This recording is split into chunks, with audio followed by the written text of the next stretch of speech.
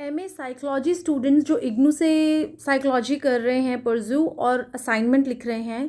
Question number 4 जो है आपके असाइनमेंट का, describe the connectionist model of memory by Rumelhart and McClelland. इसका मैंने ऑलरेडी एक वीडियो बना दिया है और उसमें I have pasted the question answer in the description, और वो चीज़ मैं यहाँ भी करूँगी, but I am making this another video because I thought उसमें बहुत समझ नहीं आया होगा, बहुत डाउट्स हैं जो मेरे पास बाद में कमेंट्स भी आए, so I will explain it better, मतलब यहाँ पर ना विद एग्जाम्पल। सो ये जो मॉडल है इसमें आप दो तरीके से लिख सकते हैं, एक कैसे मेमोरी स्टोर होती है हमारे ब्रेन में, दूसरा कैसे हम उस मेमोरी को रिट्रीव करते हैं। दोनों ही केसेस में पैरेलली स्टोर होती है या डिफरेंट नोड्स में स्टोर होती है, ये बात को हाईलाइट करना है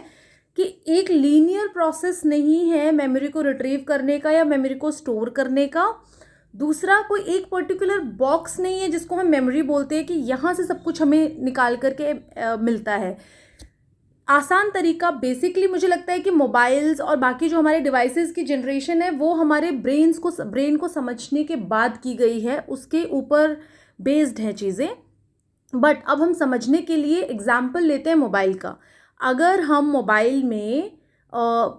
एक जगह पे मेमोरी स्टोर करते हैं, for example right, Google drive को ही ले लीजिए, लेकिन सिर्फ गूगल ड्राइव पे तो नहीं करते, हम गैलरी में भी स्टोर करते हैं, गूगल ड्राइव पे भी स्टोर करते हैं, और अलग अलग जगह पे हमारा मेमोरी कार्ड में भी स्टोर हो सकती है।